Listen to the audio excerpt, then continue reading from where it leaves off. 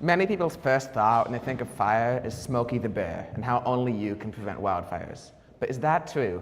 Or is it more than an individual effort? My name is Dorian Robertson, and my Masterworks is about the past, the present, and the future of wildfires. For me, my interest in fire goes back to when I was 6 years old. It was the summer of 2016, and I was on Hornby Island. Every year with my cousins on Hornby, we clean up our family property, and one of the jobs is burning large piles of brush, which gets yeah, it's me and my friend, which gets stacked there by other people. This time the job fell on my 6-year-old shoulders, or more accurately, my dad's. But he made me do it. And as I lit that match and set that bonfire burning, I discovered how it felt to be a pyromaniac. After this trip, I set things on fire as often as I was allowed to by my parents. Okay, so let me fix this. Just give me a minute. Yeah. There you go. Thank you. Better. So. Where was I? After this trip, I set things on fire as often as I was allowed to by my parents. My father, who also enjoys setting fires, taught me many things about fire, such as how to light a match and flick it in the same motion. We also got a fire pit for our backyard, and we lit fires in it whenever we had people over. I still am intrigued by fire to this day. Then, in the summer of 24, I began reading a book called Fire Weather by suggestion of my grandma. Thank you, Nana. Once I started this book, I couldn't stop. Overall, it was an amazing read because of the questions it brought up for me. Can we solve this fire problem? How could we do it? This book talked about how much more dangerous fires had gotten due to climate change and the fuel buildup in the woods. This book left me with more questions than answers, so I resolved to research them at some point. 1 month later, I'm freaking out, trying to find a Masterworks topic. I thought of several ideas, but I thought they all were bad and discarded them in short order. Eventually, I remembered the book that I had read earlier in the summer, Fire Weather. I realized that by combining my love of fire and the information Fire Weather provided me with, I could make a Masterworks project that not only I could do, but I would somewhat enjoy doing. Yeah. I was also hearing about wildfires more and more in the news, so that I knew this topic would be important and relevant for a lot of people. There are many aspects of fire and how humans interact with it that I'll cover in this presentation. First, we'll look at the science of fire, including the fire triangle and how combustion works. Then we'll explore Native American fire management and how they lived in balance with fire. Next, we'll dive into fire phenomenons, like the fire tornado, followed by my interview with Willem, a firefighter and former IPS student. After that, we'll cover the 4 stages of wildfire and the destruction they can cause. We'll then look at how climate change is making wildfires more intense and more difficult to control. Finally, we'll discuss ways to reduce wildfire impacts, including insights from Deborah Zermanek, and wrap up with their conclusion. Now let's move into the science of fire. Fire needs 3 key ingredients to light and grow. Without any one of them, a fire can't start or continue. While fire is a natural source of heat and light, it can become destructive if not controlled, burning vast areas and endangering lives. Can anyone in the audience tell me one of these ingredients? There may be candy involved. All right, start with the grade 6s. Kai, yeah. Like something, air, oxygen. Oxygen is correct. You can come up and get a pack of Mentos. But you can't eat it now? You can't eat it now, you have to eat it after. I know. Yes, oxygen supports the chemical reaction known as combustion, breaking down fuel and releasing heat and light. Without oxygen, this process stops. That's why smothering a fire, cutting off its oxygen, puts it out. There are still 2 more. And, let's see, grade 7s now. Liam is looking at me, so Liam. There's also heat. Heat is correct. You can come up and get a pack. Wildfires begin with an ignition source, always started by heat. This can come from natural causes such as lightning or human activities like smoking, power line sparks, or campfires. Once burning, a fire sustains itself by generating its own heat. We still have 1 more. Can anyone? Tovin from the grade 8s. Pardon? No, it's not water. It's not water.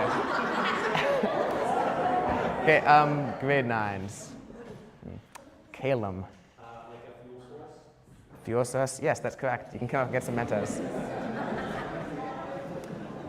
Fuel gives fire something, oh, that's loud. Fuel gives fire something to burn. Trees, shrubs, grass, leaves, or even buildings.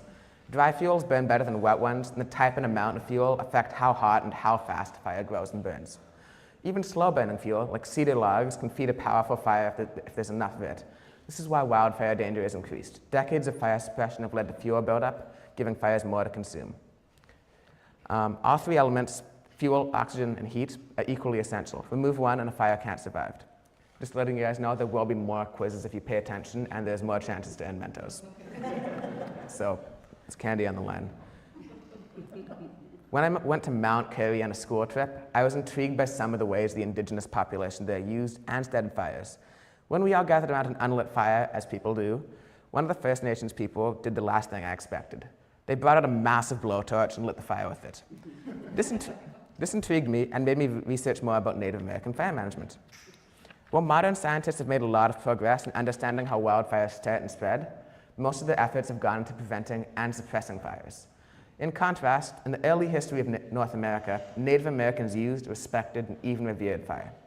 They used controlled fire for food and heat, but also as a tool. They set fires to help them hunt by scaring animals out of a bush with a blaze into the open, where they could easily chase it down and kill it for food. Native Americans also maintained tall grass prairies so that they could burn the grass and drive animals in a specific direction. They saw the advantages of letting fires burn and not putting them out, therefore reducing the buildup of flammable materials and fire starters in the forest floor. Fire was also used for agriculture. Notable examples include burning down targeted sections of the Appalachian forest to encourage growth of oak and chestnut trees, which would provide nut crops for them. In the Great Lakes region, controlled burns were used to clear out the understory and promote blueberry growth. A controlled burn is a fire started in a section of woodland in a controlled way to clear out fuel for future wildfires. They also used fire to clear out underbrush, making it easier to hunt and easier to travel through dense forests. Native Americans knew that fire was an important part of our environment that could help humans as well if they knew how to harness it. On to our next section, fire phenomenons. In this section, you can earn more candy, but it's at the end. Wildfires are more than dangerous enough on their own, but they can also cause special phenomenons that aid the destruction. These phenomenons are often incredibly rare, but some occur very often. There are many different types of wildfire phenomenons, and we will be running through several today. Also, remember to pay attention, because in this section, I'll be picking 8 volunteers at the end, and each one has a chance to earn candy. The first one, the fire whirl or fire tornado. This is working. A fire whirl, also known as a fire tornado, is a spinning vortex of fire and ash caused by intense heat and heavy turbulent winds. It happens because when hot air rises rapidly and cooler air rushes in, it occasionally creates a rotating column, as you see in the video, which develops into a fire tornado. The dangers of one of these fire tornadoes is how incredibly destructive they are, how fast they move, and how unpredictable they are. This is a bit of a mouthful, pyrocumulus and pyrocumulonimbus. Forgive me if I mispronounced that. These clouds are large, thunderstorm-like clouds formed from the smoke of wildfires and moisture. This is caused by fires heating and lifting moist air, leading to condensation and cloud formation. The dangers of this phenomenon is the fact that they can produce lightning, worsening the fire by igniting new spots. Spotting. Spotting was when embers carried by the wind ignite new fires ahead of the main fire, allowing wildfires to jump rivers. Yeah, that's a short video. Allowing wildfires to jump rivers and sometimes go for miles. This is dangerous because it makes it impossible to contain a wildfire to one area because these embers can spread the fire so easily and unpredictably. Exploding trees. This is the right spot, yeah.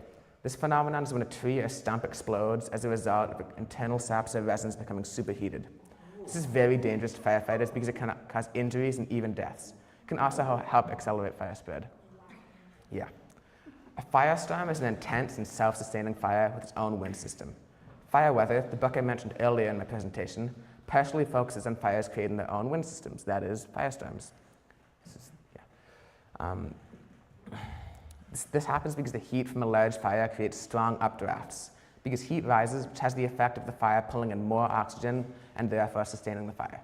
The danger of this effect is that it makes fires much more dangerous and firestorms are nearly impossible to control. Smoke inversion. Smoke inversion is when a layer of warm air traps cooler air and smoke near the ground. This happens because at night or early in the morning, the ground cools quickly, and the air close to the ground cools more quickly than the air above.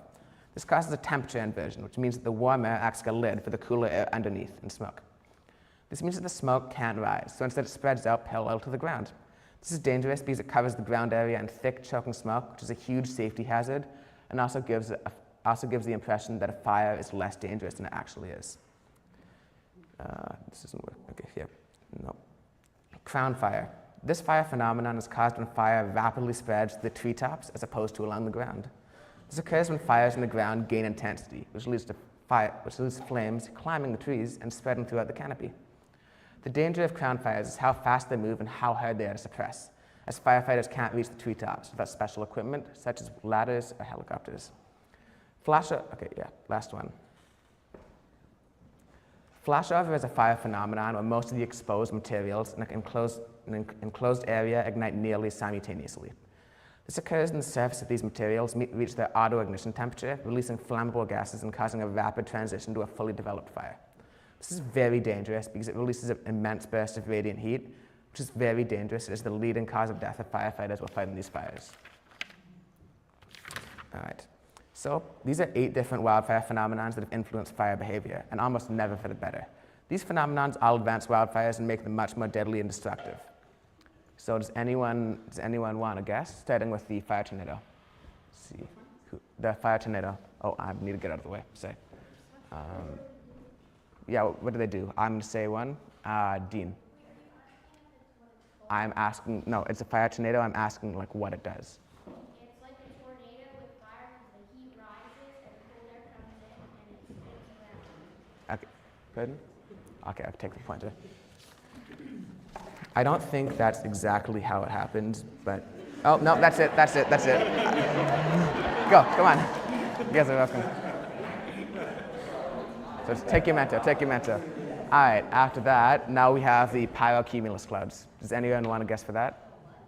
Pyrocumulus clouds. No one? No one wants Mentos? All right, Rowan, go. I think it's caused by like the smoke from the fire going up and meeting like damp moisture in the air. That is, yeah, that's it. All right, go. So you can have Mentos. You're going to give me some of those. Okay, next one is spotting. Can anyone tell me what this means? Lizzie. It's like where it's like there are little like spots of fire like away from the main fire that like spread more easily. Yeah, take a Mento. All right. The next one is exploding trees. Yeah, I guess I have to do a grade 9 now. Harper, sure. It's when the sap and the resin inside of the tree gets so hot that it explodes. Yes, that's correct. The next one is the firestorm. Can anyone know? What is it? The firestorm. AJ. I think because like the fire gets carried around the wind, and when the wind is coming in, the wind carries more oxygen, boosting the fire. Okay, yeah, it's better than I explained it. You can take a Mento. AJ, you want a Mento? Or? Okay, you're coming up. So next we have smoke inversion. Can anyone tell me about this one? Alara? It's where the smoke spreads, and the heat up the fire traps the cold air and smoke goes to the ground. Just take a Mento. All right, and next we have crown fires. Maya.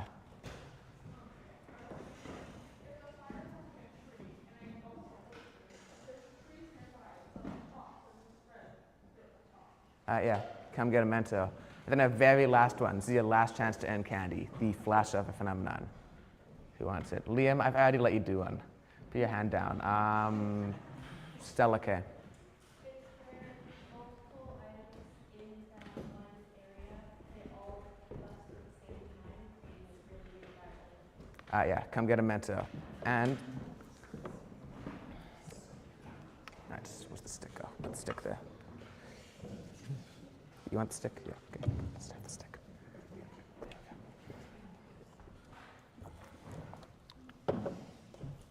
All right, hearing and learning about all these different wildfire phenomenons, I knew I needed to talk to an expert to find out more.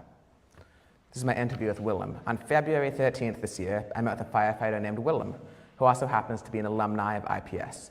He has worked for BC Wildfire since 2021 and currently works in Pemberton. From February to October every year. He taught me a lot about the firefighter program in our interview, and I'm going to be sharing what I learned today. Firefighters, or at least Willem's unit, are deployed for up to 14 days to suppress fire and protect natural resources such as timber. When he isn't working on fires, he shows up to work, does 2 hours of physical training and conditioning, and then does administrative work until noon. At noon, they eat their lunch, and then they move outside to do some field work, such as building helipads, chainsaw work, and delivering water. When they work on wildfires, they think about the fire triangle: heat, fuel, and oxygen, and how to remove one of these factors, which effectively suppresses the fire.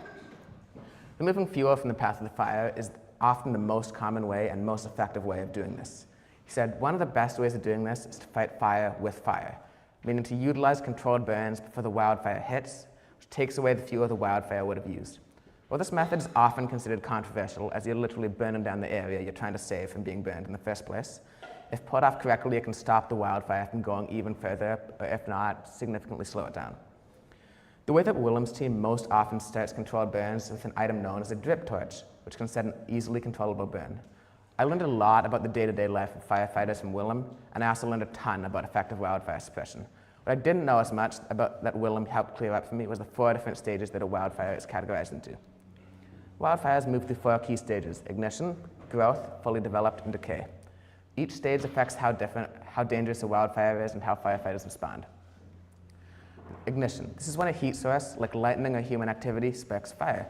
The Fort McMurray fire, for example, began with metal on train tracks creating a spark.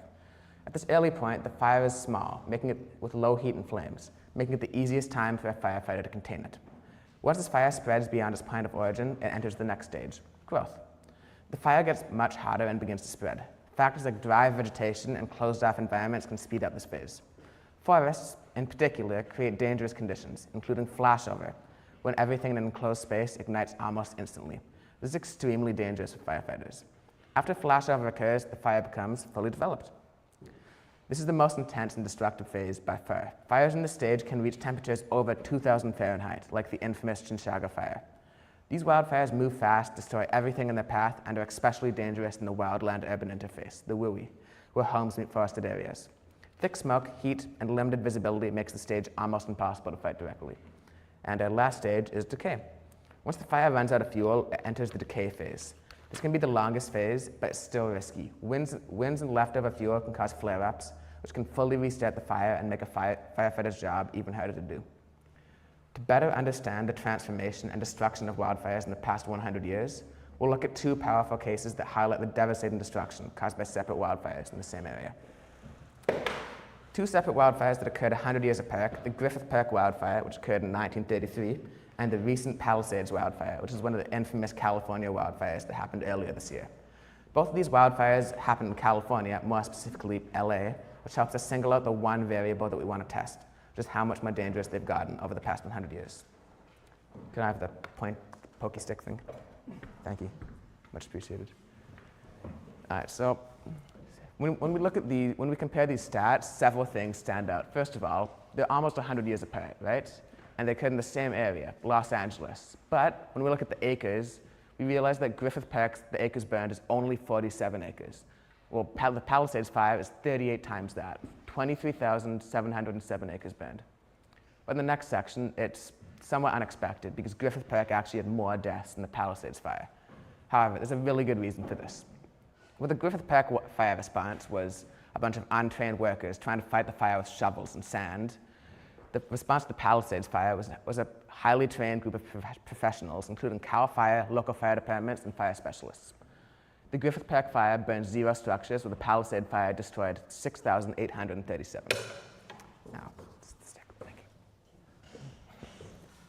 Now that we've seen the growing destructive power of wildfires, it's important to look at the major driving force behind the growing intensity: climate change. How exactly does a shift in climate influence wildfire behavior?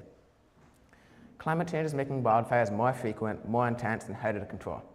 While factors like land use and vegetation also play a role, rising global temperatures, about 1 Celsius since the late 1800s due to human activity, are a major driver. Warmer, drier conditions extend fire seasons, drought vegetation, and create ideal conditions for fast-moving crown fires.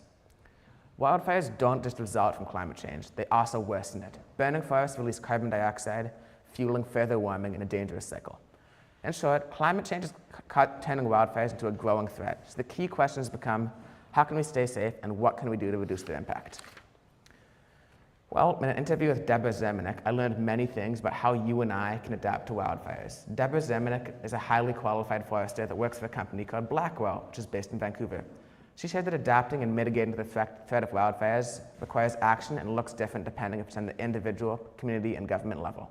She shared a bit about what each group can do, but I'm curious to know how much each of you already know about what each group can do. So many of you have already noticed the board we have over there, and that's what we're going to be using in this section. So I'm just going to bring that over here quick. I forgot the mic. It's fine. There's no more chance to get candy. I'll give you some at the end. Okay. Can everyone see this? Yeah? Yeah? Yeah? Okay. I might actually bring it closer. Okay, so how this is going to work is I'm going to call up 18 volunteers that each get a sheet of this paper, and then they look at the thing that's in the front and they try and group it into which part they think it belongs in. So does anyone want to do it? All right, Caden, Kai, Naya, Amaya, Wyatt, Julian, Lizzie, Maya, Liam, Theo. Liam already went. Okay, let's do Stella instead. And then, so everyone that have been called can come up and grab one. So Aiden, Tovin, no one, okay. Jenna, Jua, Rowan, Neva. And I think I'm just gonna wait, see if anyone else. Pardon? Maybe at the end, Wait, were you counting? I think did I call up too many? It's okay. You can go back.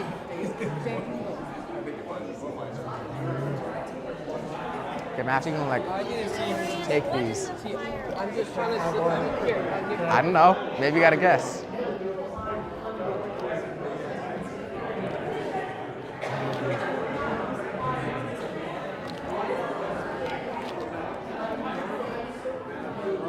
Okay, do we need 2 more people? We need 2 more volunteers. Huh? Who? What? We need 2 more volunteers. Amaya and Henry. I've already called grade 9s. Okay. What? I can't tell you that. I'm really sorry. I can't do it. Yeah, sure.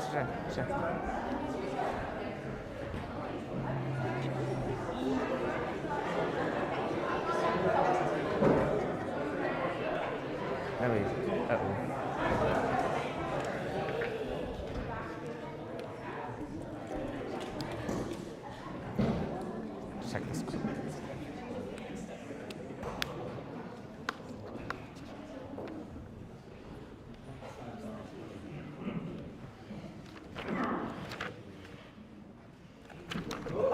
Oh, which one is this one? Okay, so I'm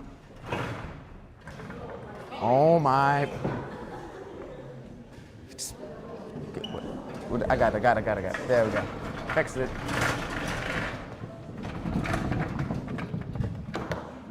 Okay, I'm just gonna leave it here. I'm leaving it here. Can you guys just not see the thing anymore? No, I can't. Okay, we're leaving it here. Better? Sorry. All right, so our first section, government level, has all of these. So I'm going to go over to the board and I'm going to see how well you guys did.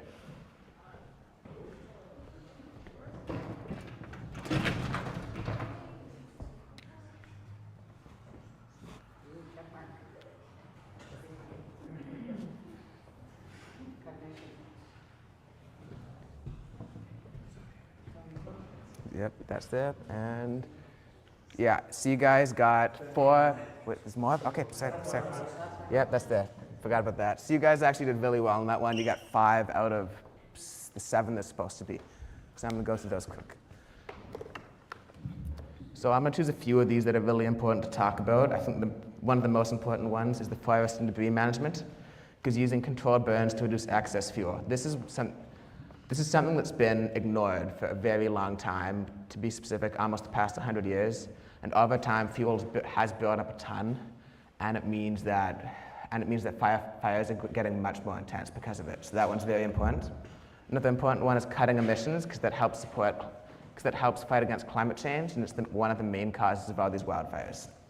The next section is the community actions. So let's see how well you guys did in this one.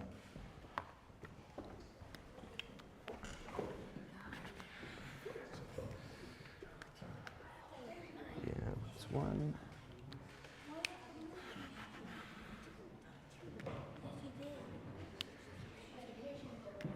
Education programs, yes, I saw that, but I have to find it now. Here it is. All right, so you guys got, it's more, okay, sir, fire breaks. Nope, it's not it, not that one, yeah. Just gonna take that one down quick. No, it's not. Oh, yes.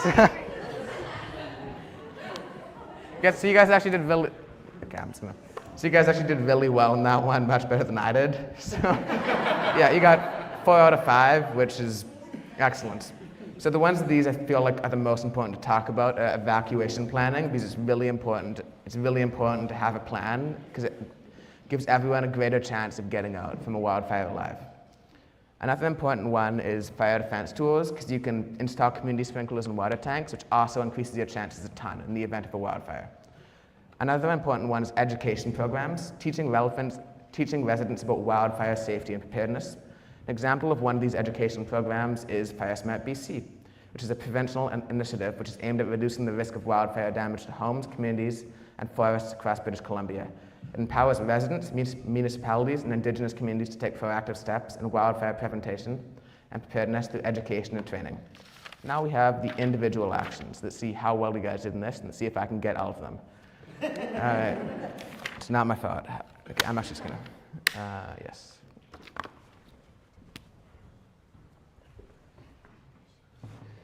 Keep fire tools in hand, maintain space.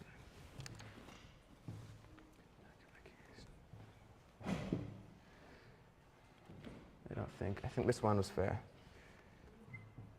So you guys again did great in that one. You're actually much more educated in this than I thought.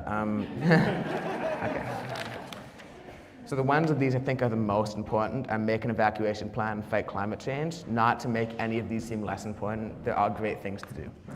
Making an evacuation plan is important because, as I mentioned in the community section, if your family makes an evacuation plan, you can have a place to meet after you escape your house, and that is very important. Fighting climate change is one of the best things you can do to fight against these wildfires, because reducing your carbon footprint reduces the amount of damage and heat the wildfires can do.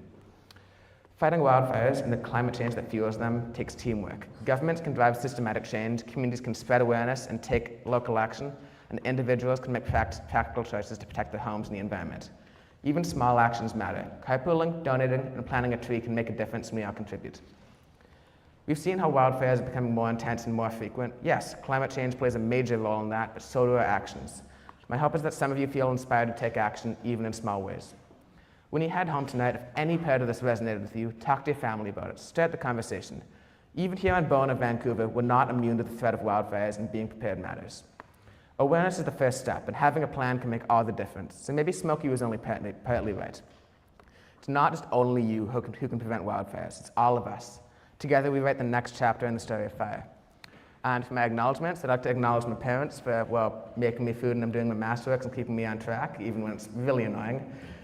My advisors, Pam and Dylan, for partially the same reason, keeping me on track, but also they just stayed with me the whole way, even when I may have missed a couple due dates. But not really. I'd like to acknowledge Deborah Zemanek and Willem Young for agreeing to interviews with me. They helped me out a ton. I'd also like to acknowledge my classmates for sometimes being quiet when I'm trying to work. I know. And I'd also like to thank me for doing this project, because honestly, none of you did this project. I did it, so I deserve the most acknowledgement. I'd also like to thank everyone else that assisted. I just forgot other people, I think, but thank you. And questions, anyone?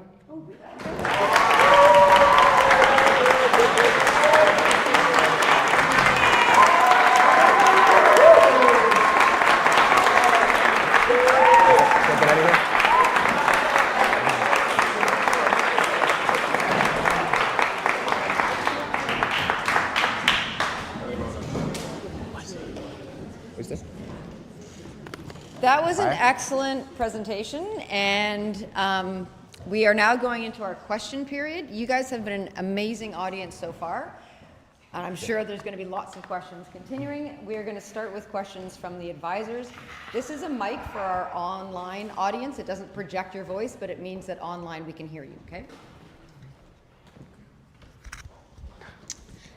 Thank you, Mr. Robertson, for an engaging, insightful, humorous, and just very well put together presentation here. You absolutely captivated the audience and you made them feel engaged. And I think everyone can walk out of here today with a tool that you've provided us for what to do, whether that's reassurance or something to do while we're at home to make an emergency evacuation plan. Or something of that nature. I think you're going to get a lot of questions today about some current events that are happening, so I'll leave that for the audience members here. My question for you is, earlier this year, we did a unit that involved connections to nature. It was inspired by the First Nations individuals, and it was planned by them, and one of the things that we connected with in nature was the forests. And I remember that you mentioned that they were profound and a calming place to be. Mm-hmm. My first question is, how has your perspective of that changed over the course of doing this Masterworks project? Has your perspective on things like nature specifically altered because of your involvement with it, especially in a wildfire context? It's a tough question. But yeah, I'd have to say my perspective has changed. I've always felt much more calm in the forest, but now I realized how important they actually are, because they're carbon sinks and they reduce CO2 emissions. And when they're even more important to be protected, because when they do get burned down, that just makes climate change worse. So, excellent, thank you for sharing your perspective on that.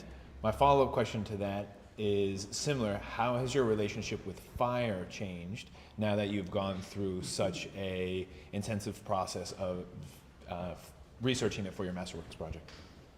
Okay, well, it's changed. I guess I no longer want to burn down as many things anymore, but I also see the use in burning down things, because controlled burns very useful, and just as long as we keep because fires are a natural part of our environment, even if they are dangerous, because they have to be allowed to burn stuff sometimes, just to reduce the fuel in the woods. But yeah, that's how it's changed.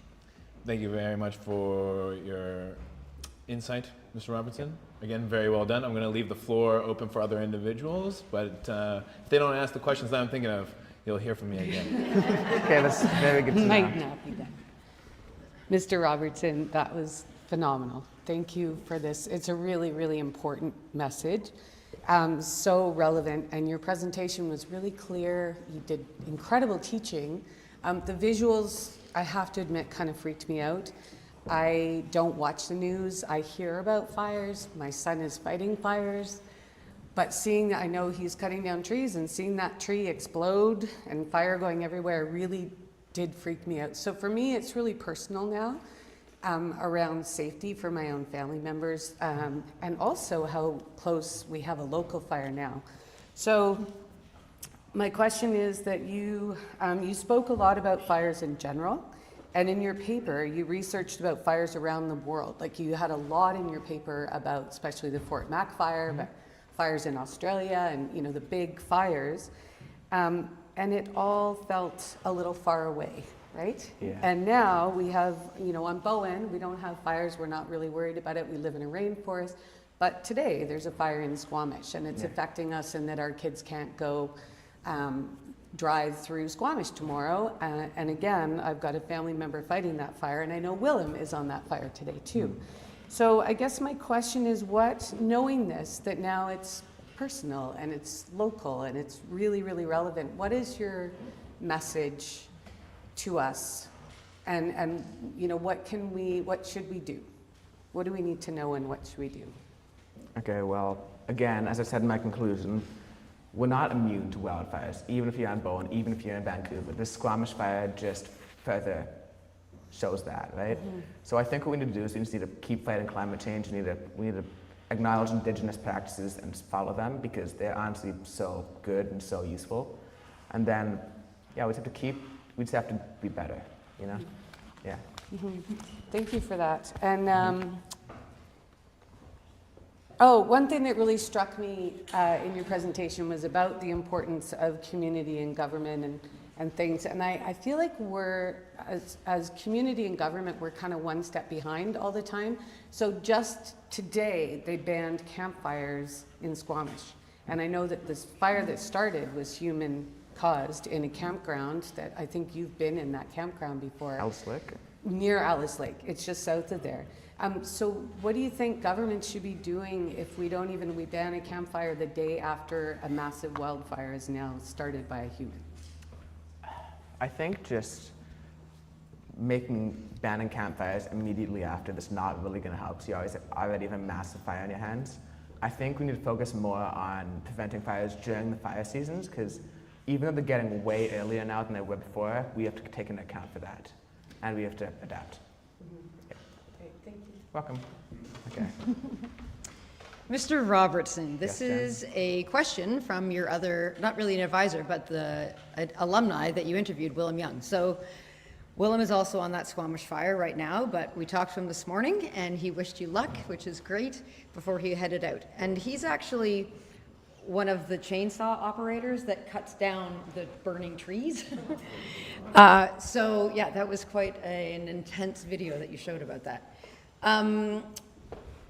He has a question for you about what is the most efficient way to fight a fire. You mentioned this, but I'd like you to reiterate it. Yeah, the most effective way to fight a fire, as Willem said, is with fire. Controlled burns, while they might seem very controversial, they're very useful, and I truly believe they're the best way that we can fight fires.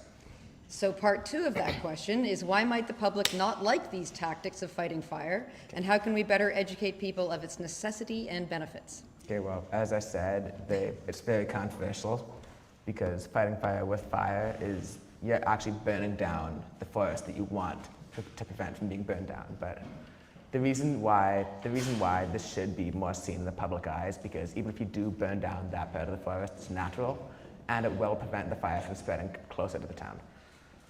Great answer, thank you. Questions from the floor, starting with grade 6. Oh, wait, I'm just clarifying, if you do ask a question, you don't get candy. But Like, do you think this project will impact, like, your future or, like, what you're going to do, No. like, later in life? Okay. I actually do think that BC Fire Smart program would welcome you into their midst. You might be able to get a job. Excellent project, Mr. Robertson. Deborah Zemanek, who you interviewed, is a dear friend of mine, and she actually does education programs for communities, and she teaches them how to maintain the space around their homes. So I know you wrote this in your paper, can you elaborate a little bit on like what advice she might be giving to people in communities to keep their lots and their homes safe from fire? well, as I said in my presentation, she wants you to remove all the flammable stuff near your house. So you essentially have a mini fire break so the fire can't jump through the bushes, through the hedges, through the trees. So just 10 meters with no plants near your house. I admit I am very guilty of this. We have a lot of plants, but it's still a good thing to do. Yeah, that's hard for a lot of people, I'm sure, with landscaping, like right beside your house. But obviously it's very important too. So thank you. Thank you. Mr. Robertson, that was a fantastic presentation. You managed to both make me laugh and freak me out, so well done. Wildfire is something we all are having to live with. I think if it hasn't touched you yet, it will. Very recently, I've had close friends lose their houses and their community, and something that really struck me was the disconnect between the ability for government to support the community in taking part in defending their own livelihoods. I wonder if you were the government, how would you empower communities to protect their own communities against this threat? Well, if I was the government, honestly, the government's in a bit of a tough situation right now, I will admit, with Trump and all, but if I was the government, I would provide money for people that lost their homes so they could rebuild, and also help education programs so that they could learn how to rebuild, how to prevent fires, and just give them more knowledge, you know? Yeah. Okay, thank you. Julia.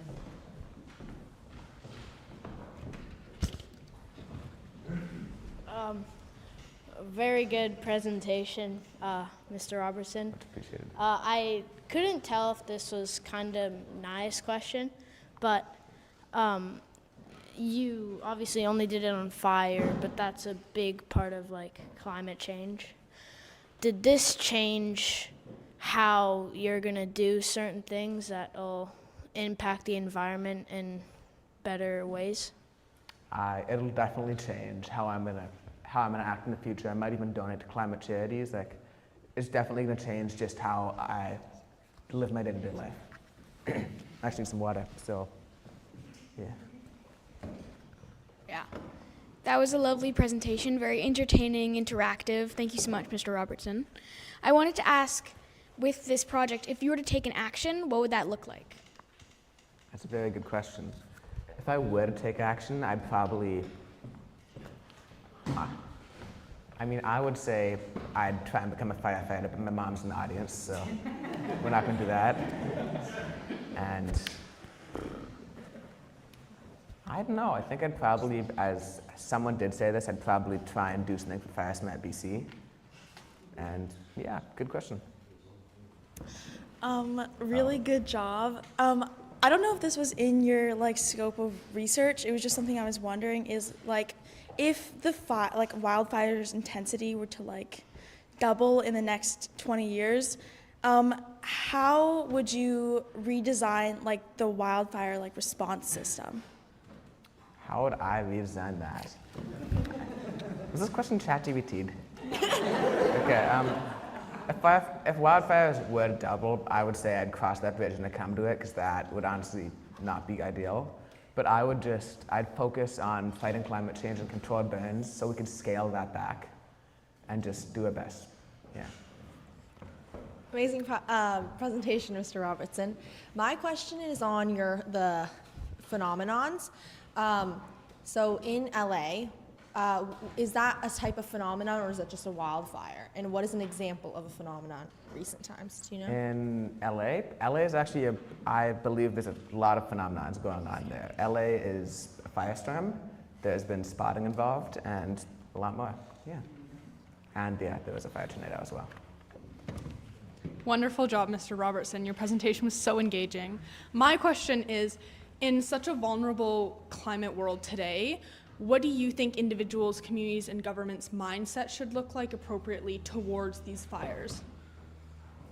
I think individual communities and governments should be just knowing they're there, because as long as we know they're there and we know how, and we educate ourselves, then we'll know what we can do. And just if everyone contributes, that's 8 billion people, right? So that's a big change. So next question. Amazing presentation. It was really interesting. I'm very impressed. My question is for you. If wildfires are getting worse with climate change, sorry, I wrote this down earlier.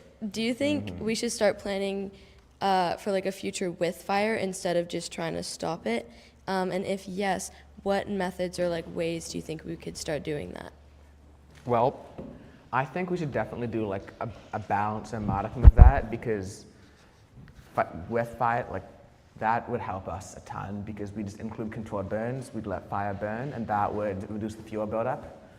But I don't ever think we can truly live with fire, because it's literally burning down our houses. So I feel like we need to do a balance of that. Great presentation, Mr. Robertson. You've been talking a lot about how fire is so harmful to the environment and everything. Is there any ways that fire could also be good for the environment? It's a natural phenomenon, but is there any way that it could help the environment grow? Yes. In my section about, okay, nope, I wanted that. In my section about Native American fire management, I mentioned a ton about how controlled burns and just how they lived with fire helped the environment grow better, how it made plants grow more, and then, yeah, just how it reduced fuel buildup. I'm not calling you Max. I know you're some kind of dastardly. Thank Yes, you, Mr. Brad? Robertson. Aside from the content, which was fascinating, I thought your delivery was excellent. You had a great presence. And even when things are falling off there, you made us feel really comfortable because you're able to laugh at yourself in the best possible way. So I think it's a really brilliant way. You're a great speaker. And I think it was Jen who made the comment that if you chose to do something like work with Fire Smart, I think you'd be a great spokesman there. Mm-hmm. But I found this really useful. And I have a question for you. To be honest, I'm always looking for free advice in the role I have here.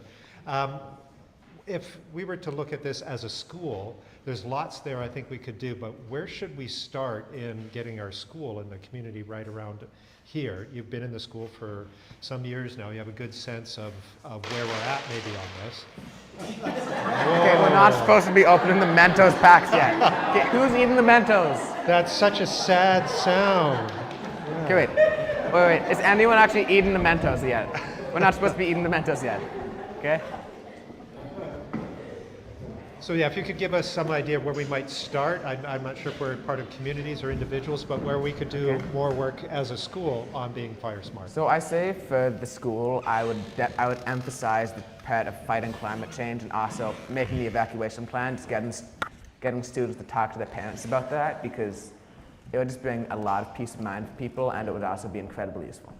Thank you. Yeah, definitely. This has been an Okay, Carrie. Because my question is relevant to everyone. I'm wondering, and this has happened to me before, what should you do if you come across a fire? What should you do? Like, I would say, should you go fight it yourself? Are you saying Try and extinguish it with your... Are you saying you're like trained or not? No, you're just like a regular, not trained firefighter, and you're driving along the road, or you're like out on a hike or something, and you come across like a smoking area of land. It's not like a full-on fire, but you come across something that's like smoking. What should you do? Well, I'd say call the fire response, and then, yeah. Is there a number in BC that we should look up that you can call? I believe there is. I believe there may be. 911? Yes, 911. Okay, great. So you just call 911? Fire trucks, yes. Awesome. Fire trucks. Thank you.